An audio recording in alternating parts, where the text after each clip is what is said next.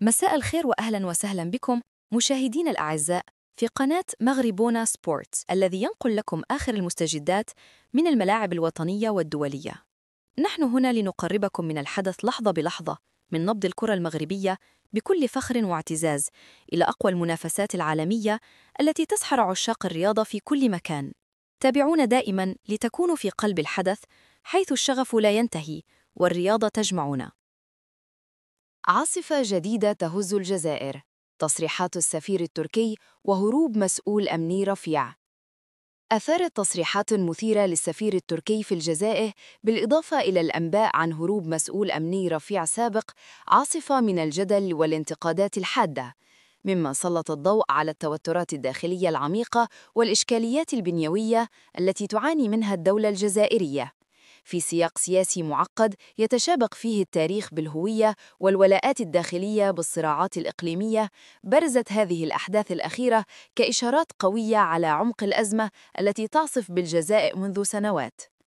لم يعد الأمر مجرد حوادث متفرقة، بل تحول إلى مؤشرات على اختلال بنيوي يعيد طرح الأسئلة الكبرى: إلى أين تتجه الجزائر؟ وما مستقبل مؤسساتها الأمنية والسياسية في ظل هذه الانقسامات؟ الفصل الأول: الهروب المزعوم لمسؤول أمني رفيع.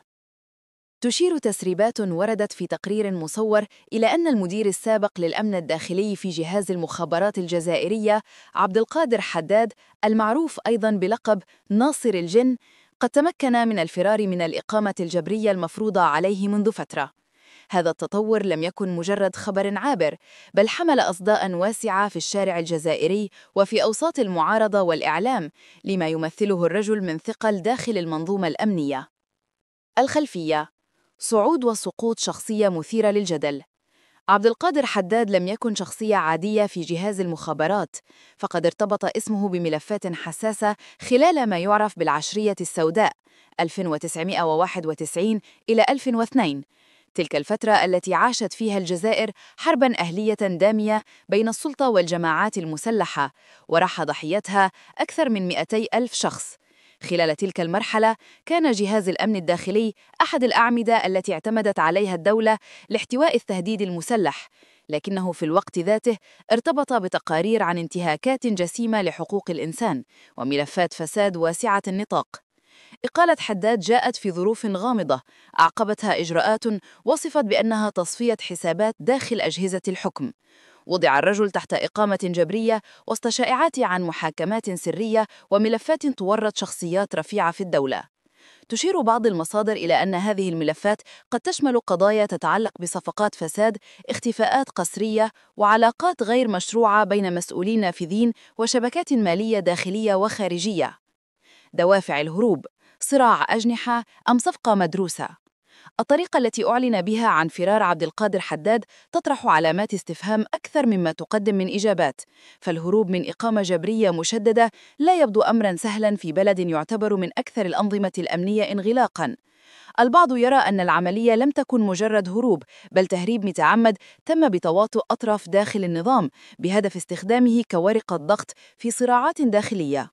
من بين الروايات المتداولة أن الرجل كان يمتلك ملفات يمكن أن تدين شخصيات بارزة، بينهم وزير سابق مثل أمين بعزوق، أو حتى قيادات عسكرية مثل الجنرال سعد شنقريحة رئيس أركان الجيش.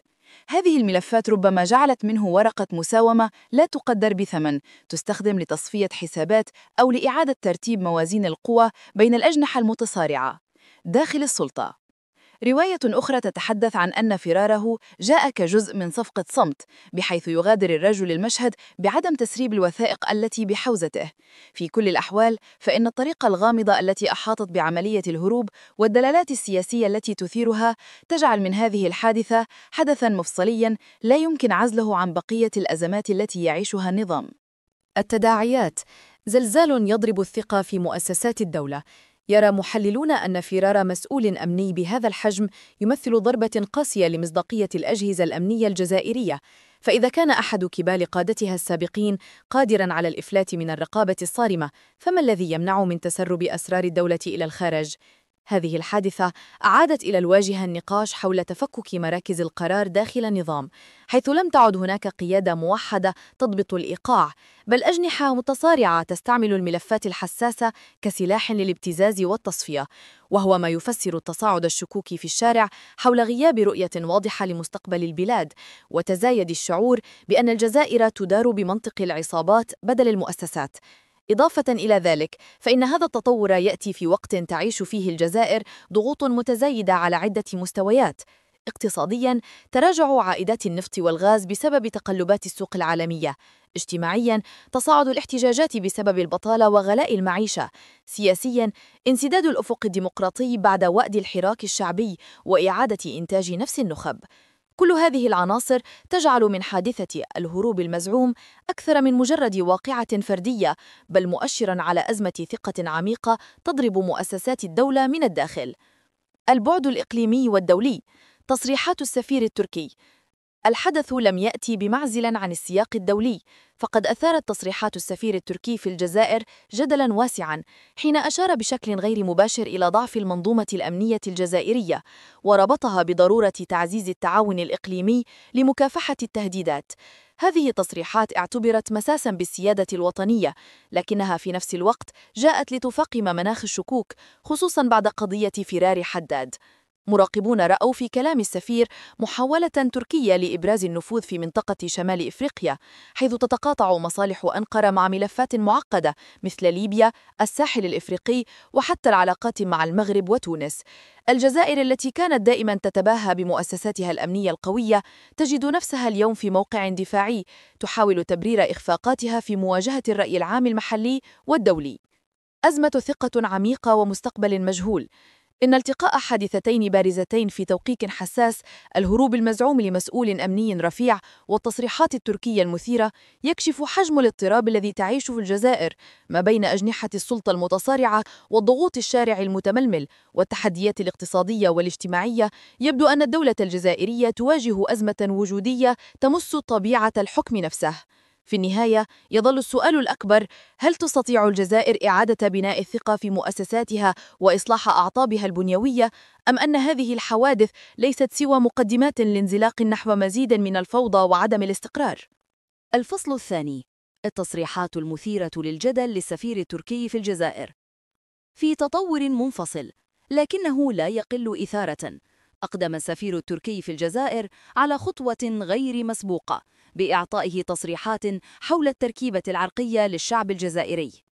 محتوى التصريحات: ادعى السفير التركي أن 20% من الجزائريين هم من أصول تركية أي عثمانية، مستدلاً بذلك بالتشابه في الأطباق والأزياء. خرق السيادة. تعتبر هذه التصريحات تدخلاً سافراً في الشؤون الداخلية للجزائر، حيث تمنع الدولة الجزائرية مثل العديد من الدول الإحصاءات العرقية الرسمية.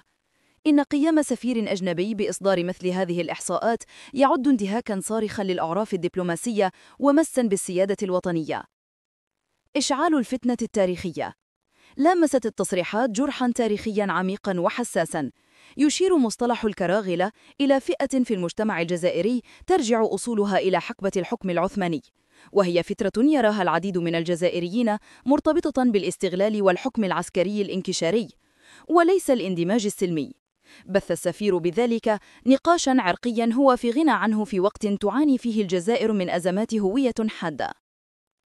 الفصل الثالث: الإشكالية الهويتية الجزائرية في الميزان. تكشف هاتان الحادثتان عن أزمة هوية عميقة تعاني منها الدولة الجزائرية الحديثة مواليد 1962. انعدام الرواية التاريخية الموحدة. تعاني الجزائر من صراع على الهوية بين هوية أمازيغية في مناطق القبائل والأوراس وهوية عربية إسلامية، بالإضافة إلى إرث مركب من الحقب العثمانية والاستعمار الفرنسي. لا توجد رواية تاريخية موحدة ومتصالحة مع الذات. الاستلاب الثقافي. يؤدي هذا الفراغ إلى ظواهر مثل سرقة التراث المجاور، كما في الحادثة الادعاء بأن القفطان المغربي أصله جزائري في المقطع المذكور، أو التعلق بتراث آخر عثماني كبديل عن بناء هوية مستقلة قائمة على الحقائق التاريخية للبلاد. دور النظام. يرى تحليل أن النظام الحاكم يستغل هذه الإشكاليات الهويتية ويغذيها أحياناً لصرف انتباه الرأي العام عن الإخفاقات الاقتصادية والسياسية الداخلية الكبرى. الفصل الرابع: السياق العام للأزمات المتعددة. لا تأتي هذه الأحداث في فراغ، بل هي جزء من سياق عام من التخبط والفضائح الذي تعيشه الجزائر. تعديل وزاري مضطرب، الإجراءات المتسارعة في تشكيل الحكومة وتعيين وزير أول بالنيابة ثم ترسيمه بسرعة، مما يشير إلى عدم استقرار وعدم تخطيط. فضائح اقتصادية، ادعابة توقيع صفقات بقيمة 22 مليار دولار في معرض تجاري يراه المراقبون أنها غالباً مجرد التزامات على الورق وليست استثمارات فعلية، في وقت يعاني الاقتصاد من ركود وهروب رؤوس الأموال. عزلة دولية، توتر العلاقات مع جيرانها المغرب، ليبيا، النيجر وبوركينا فاسو، وفشل في الانضمام إلى كتل اقتصادية مثل مجموعة البريكس. الحديثان هروب المسؤول الأمني وتصريحات التركية هما عرض وليس مرض، هما يعكسان حالة من التردي والاضطراب على المستويات الأمنية والسياسية والهويتية في الجزائر. التوقعات تشير إلى استمرار حالة عدم الاستقرار هذا في المدى المنظور، في ظل غياب إرادة سياسية حقيقية للإصلاح الجذري ومعالجة الجروح التاريخية وبناء عقد اجتماعي جديد قائم على المواطنة وليس الانتماءات العرقية أو العصبيات الضيقة. العالم يلتغر كيف ستتعامل السلطات الجزائرية مع هذه التحديات المصيرية التي تهدد كيان الدولة نفسها. إلى هنا نصل وإياكم إلى ختام نشرتنا الرياضية على مغربونا سبورت. نشكركم على حسن المتابعة والوفاء، ونعدكم دائما أن نكون معكم في قلب الحدث، نوافيكم بآخر أخبار الرياضة الوطنية والدولية بكل مصداقية واحترافية. دمتم بخير، وإلى لقاء قريب في مواعيد رياضية جديدة. كونوا دائما مع مغربونا سبورت، حيث الرياضة تجمعنا.